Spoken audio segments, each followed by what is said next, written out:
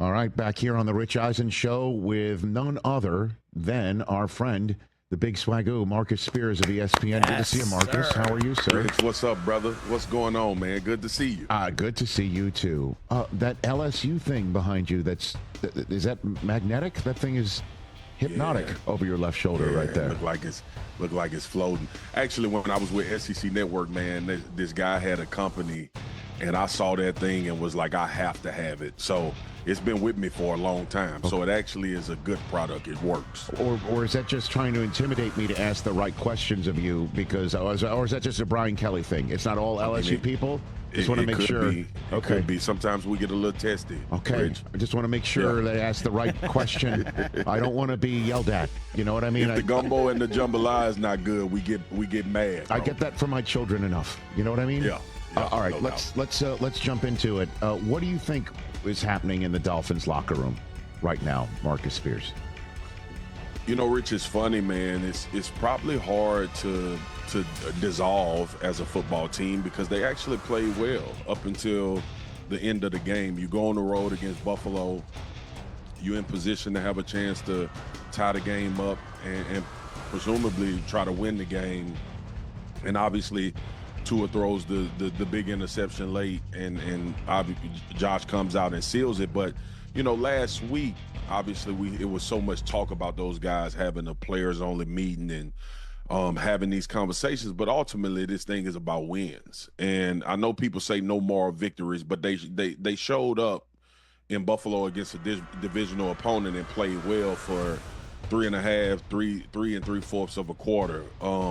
But I got to imagine, Rich, with all of that positivity that I just gave you, that they're reeling a little bit, especially when you get to a certain point where you're trying to decipher between if your team is good enough to make the playoffs or should we blow this thing up and start all over. And I'm not sure if that involves Tua. I'm sure that involves Tyreek Hill and trying to figure out the direction in which this organization is going to go. And these type of games are actually make it harder. Now, hear me out, Rich. Yep. When you go and have a really good performance like that, and the guys that you've paid a lot of money played very, very well in the game, and you think about all of the things that you would have to do if you were saying, all right, we're going to disband this thing and try to rebuild it. One, you're obviously going to take a step back on offense. I firmly believe that, unless you're telling me they're going to get another prolific guy like Tyreek Hill in the building. Two, defensively, we all see that they got to get better on defense. So it's kind of like a reset button there. You got some good, really good players on that side of the ball, but you're going to have to do a lot of work to improve that unit. So again, man, I think it's a very perplexing situation. I think last night made it more difficult for you to just say, look, we're going to blow it up and get ready for another season. But I also believe that how long do you want to waffle in this parts unknown? Shout out to my man, Anthony Bourdain, rest in peace. But again, brother, I just think it's a difficult time to be a Miami Dolphin and a fan, because Rich, you've been doing this longer than me, and I've been doing it long enough to know when you really don't know the direction of an organization and a team, that's probably the worst place to be. You either need to be bad, so everybody acknowledges that we need to completely do something different, or you need to be a couple pieces away potentially where you can try to go and add those in free agency in the draft.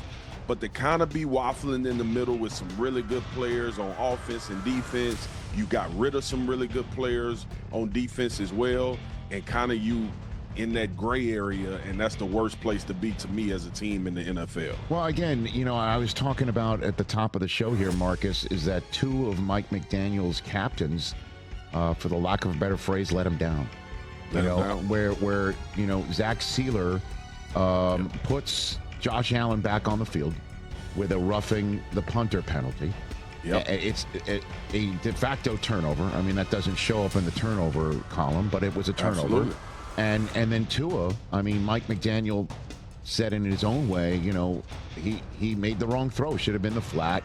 He threw a brutal interception. And otherwise, you know, the question about whether McDaniel has the locker room, they came out and hit the Bills in the mouth. Also with a brilliant first half closing drive. Yep. And they had the game right there.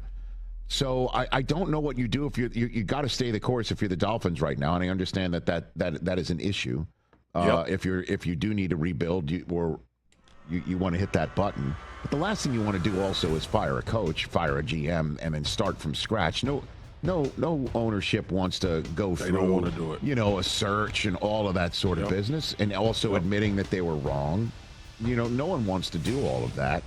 Rich, it's like the way you just explained it is why I think it's so difficult. Right? Like you look in your division, Buffalo is going to be good for a long time.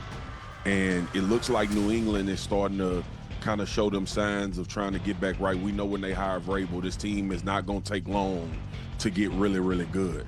And I think sometimes we talk about it, and obviously the Jets and with Aaron Glenn, and we'll see in which direction they go. I think if they get a quarterback, they can start to kind of count on things with them as well. Well, just not to jump in here, you kind of hit that, which is the ultimate third rail conversation, that instead of throwing an interception at the end of the game, the Dolphins need the Tua that finds Devontae Smith for Nick Saban to show up. There you go. And the question is he the right guy? Is that a fair question to ask right now?